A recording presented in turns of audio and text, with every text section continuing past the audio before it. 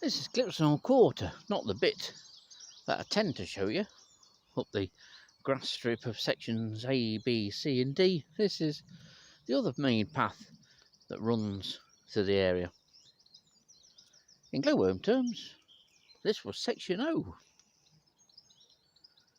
And this is just a scenic walkabout this evening. I'm having the night off.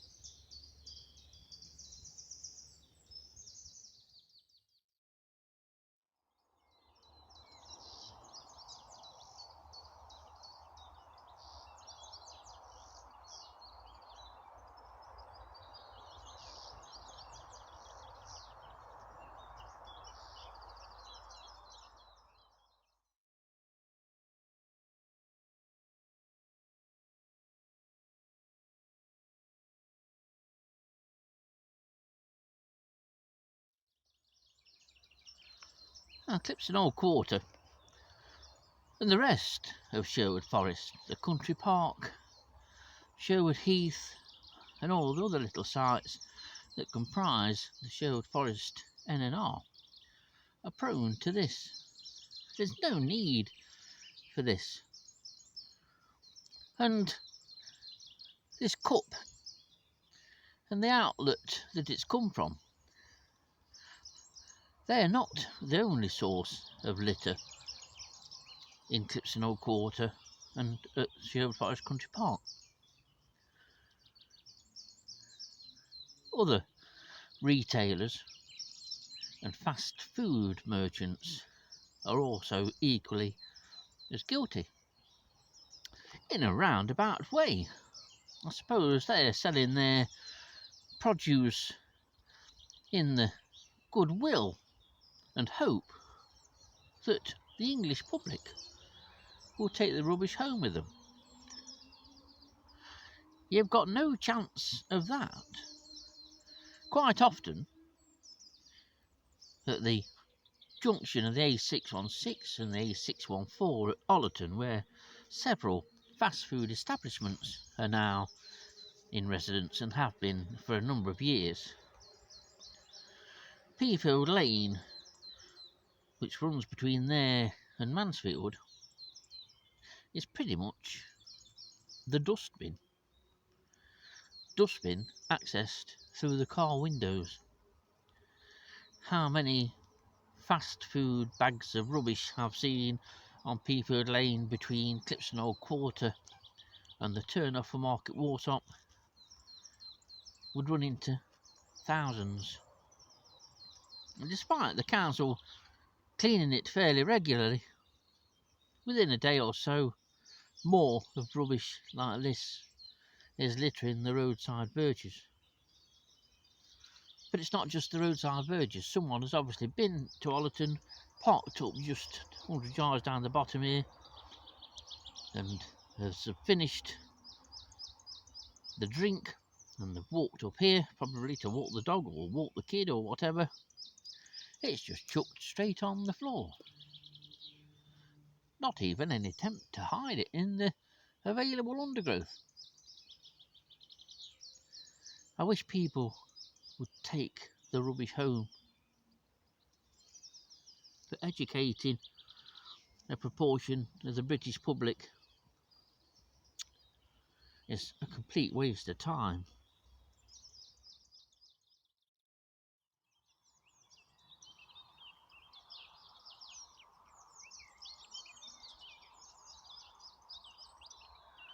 Well, I've only walked probably about 100 yards. In fact, you may be able to see the bit of litter that I've just filmed. And already there's a notable increase in the number of blackcaps that are singing. And there's two just to the right of me here. They do a series of scratchy notes, and then to end the song they do some more fluty, discernible calls, almost whistles. willow warbler there. Any day now, if it comes back, we should hear cuckoo. There's been one here for years that's returned. Not always the same bird, admittedly, but there used to be several. A bird that's been in serious decline. I first noticed it, I think it was 2004, at Dukeries. Nobody believed us then. But isn't that just a lovely evening view? The silver birches here are miles ahead of those in the country park. But this is different here because Clipstone Old Quarter is slightly higher elevated than round the Gleethorpe Open and the Swinecote Road end of the country park. That's the lowest point within the N&R. This is a glorious time of the year. Next month is even better than this. Yes, I mean, I know everybody loves an oak. All the conservation people love oaks. Oak's the only important tree. But, I'm sorry, silver birch in early spring knocks the oak completely out of the ballpark. It is a beautiful tree. That beautiful silvery white bark. These lovely fresh leaves. It's a beautifully shaped tree as well, silver birch, and it's a thin tree, never casts heavy shade, allows things to grow underneath it. It's a beautiful, beautiful tree.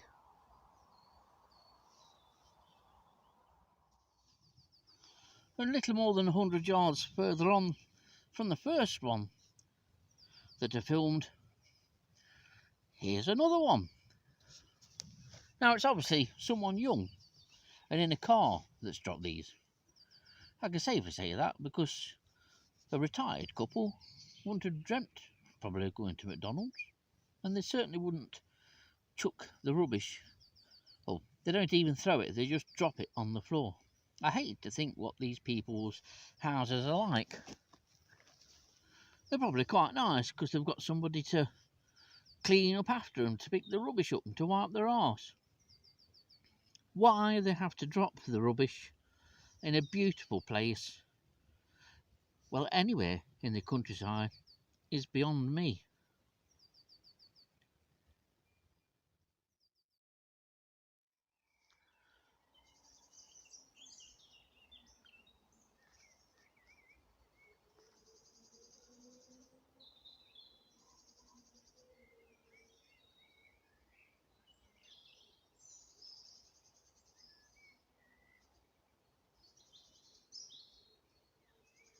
All of the trees in the forest are now starting to burst into leaf, even the highest of all the oaks. The forest is becoming alive. After being dormant over the winter, everything has the urge to grow. It's a brilliant time of the year. And I wish more people would get out on evenings like this. They don't come around that often.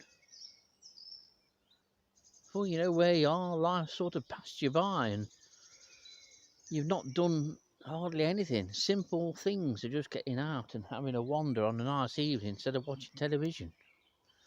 I know each to their own and all that, but you can watch television anytime. Especially this day and age with catch up. Sometimes you're not always forced to get the opportunity to see this again. I just wish people would appreciate the outside world considerably more than what they do, and appreciate it while they're active enough and mobile enough to appreciate it.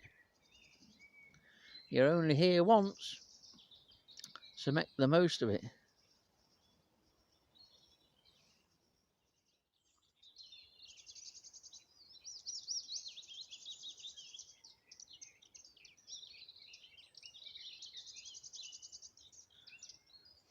most of the calls and chacks and tacks and sort of noises coming from the right here, a blackcap. There's the odd call of willow warbler, which is that descending series of notes. I'll point it out if you've not heard willow warbler before, providing it calls, of course.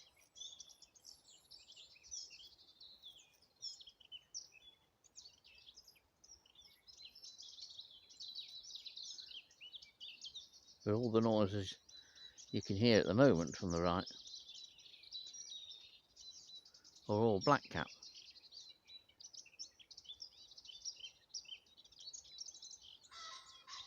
That's a pheasant, the large, raucous noise that you just heard.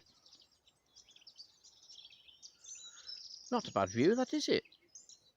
Quite like it myself.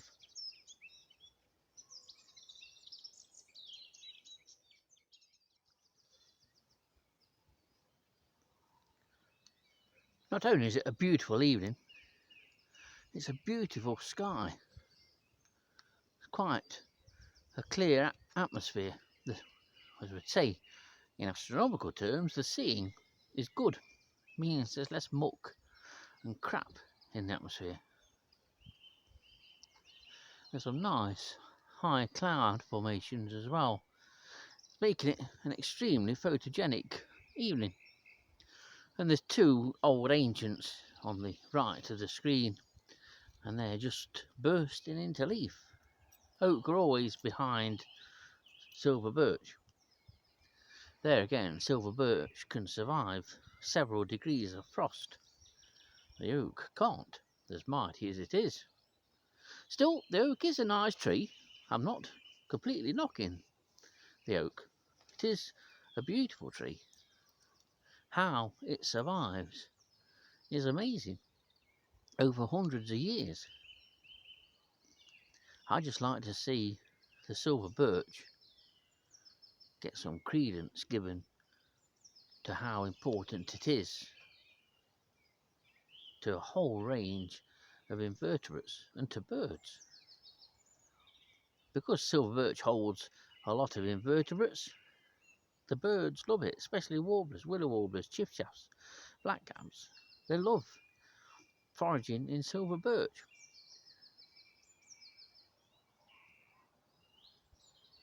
But it's a lovely scene, isn't it?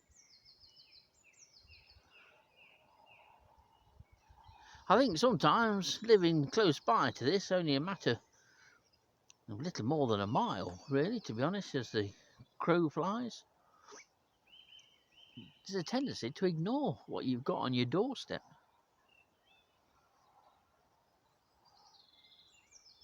How lucky we are in mid to North Nottinghamshire to have this right on our doorstep.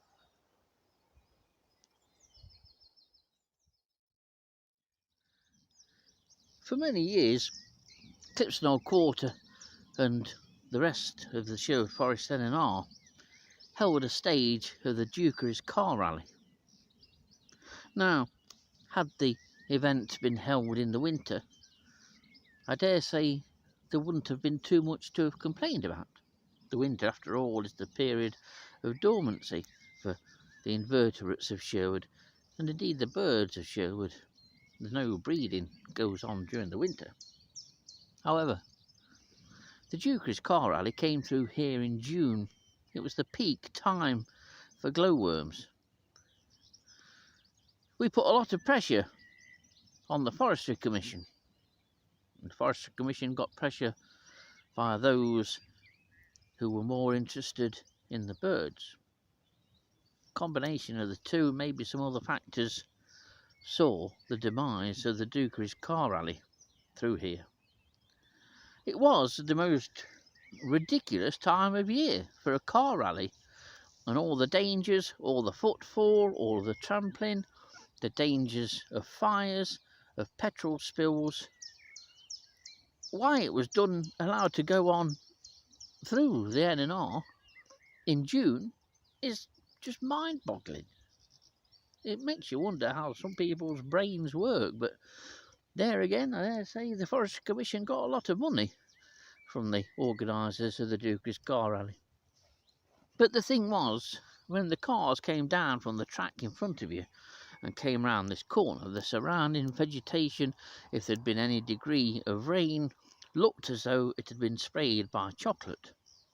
And as I waffle on for the next couple of minutes, I'll be putting in some photos to show you just how bad things were here.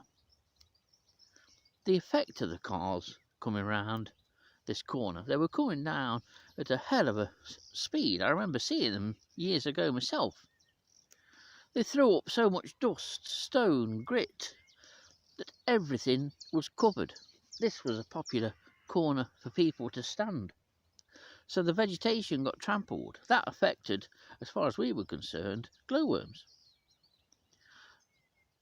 The whole event was a disgrace, really, to be honest, that it was ever allowed to carry on. And I know there was at least one example of one nightjar nest being lost due to the Dukeries Car Rally. Thankfully, it was stopped. It wasn't just the rally that caused problem, because after the rally, they came down this track here and then along to the track I've just walked on the left-hand side of the screen with a path scraper. And that re-scraped all the paths, more or less leveled them again, and the spoil from that process was piled up at the track sides. From a glowworm point of view, but also from the point of view of other invertebrates, they got covered up. And here comes a van now racing along, a 7 Trent van. Who would have thought that? Must be thinking it's a car rally. What he's doing in this part, I don't know.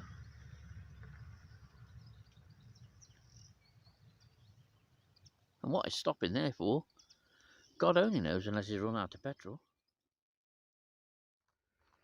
Well, the sun's getting increasingly lower in the sky, and the temperature's consequently dropping. There won't be a frost tonight, but I think we'll be looking at 5 or 6 centigrade. But what a terrific sky look.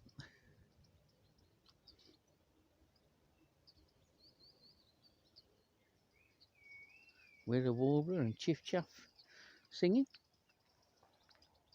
So while I've still got some light, I want to try and get up to the centre tree. Won't do it stood here, will I?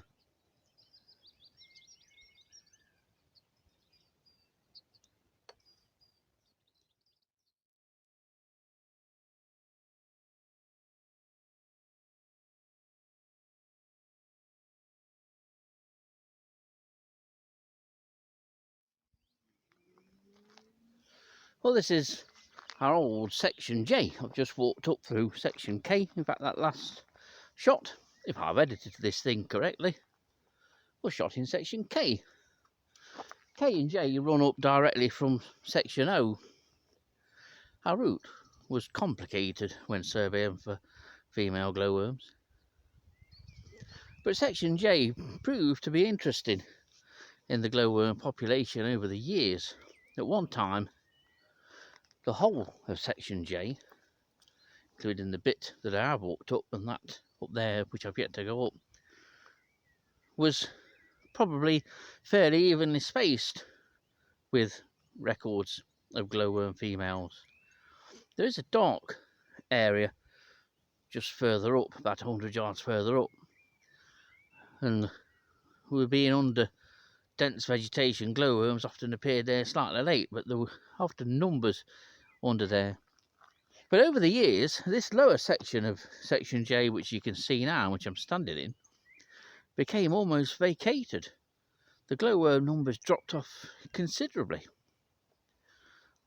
Our autumn work on surveying for glowworm larvae used to take place predominantly in section J. And over the years there again, we found that all the larvae we recorded were from the top half. We rarely ever recorded, ultimately, glowworm larvae in the section of J that you can see here. Some of that might have been to do with the trees, with the pines being removed. We was always worried that the removal of the pines would open Clipstone Old Quarter up and would dry the site out. As I've said before, glowworms hate dryness. It was always a real concern that the glowworms here would start to struggle once the shade given by the pine plantations was taken away. It'll be interesting to see what glowworms do here over the coming years.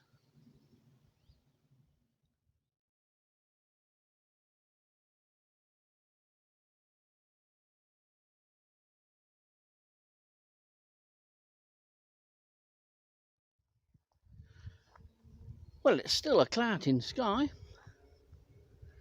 As the sun's got lower, the clouds are showing a bit more shadow. That's the only reason they appear greyer than on the last shot.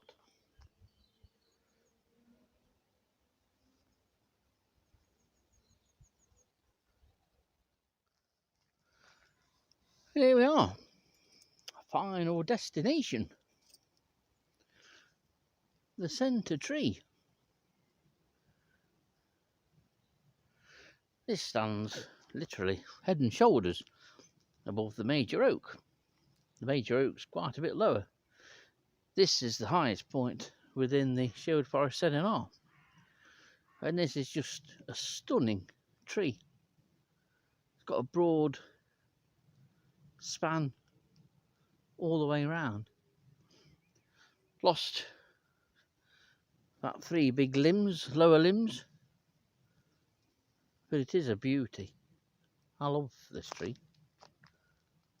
and it's just situated perfectly. To me, this is the king of Sherwood's oaks. Although, if trees could have a sex, I always looked on this as a female, the mother of all the forest, perhaps.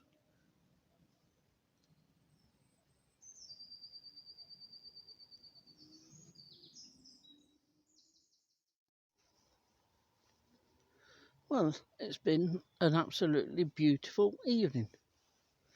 A lovely hour spent up here. Now, all that's left to do is set off for home. I think you've heard enough of me for one video.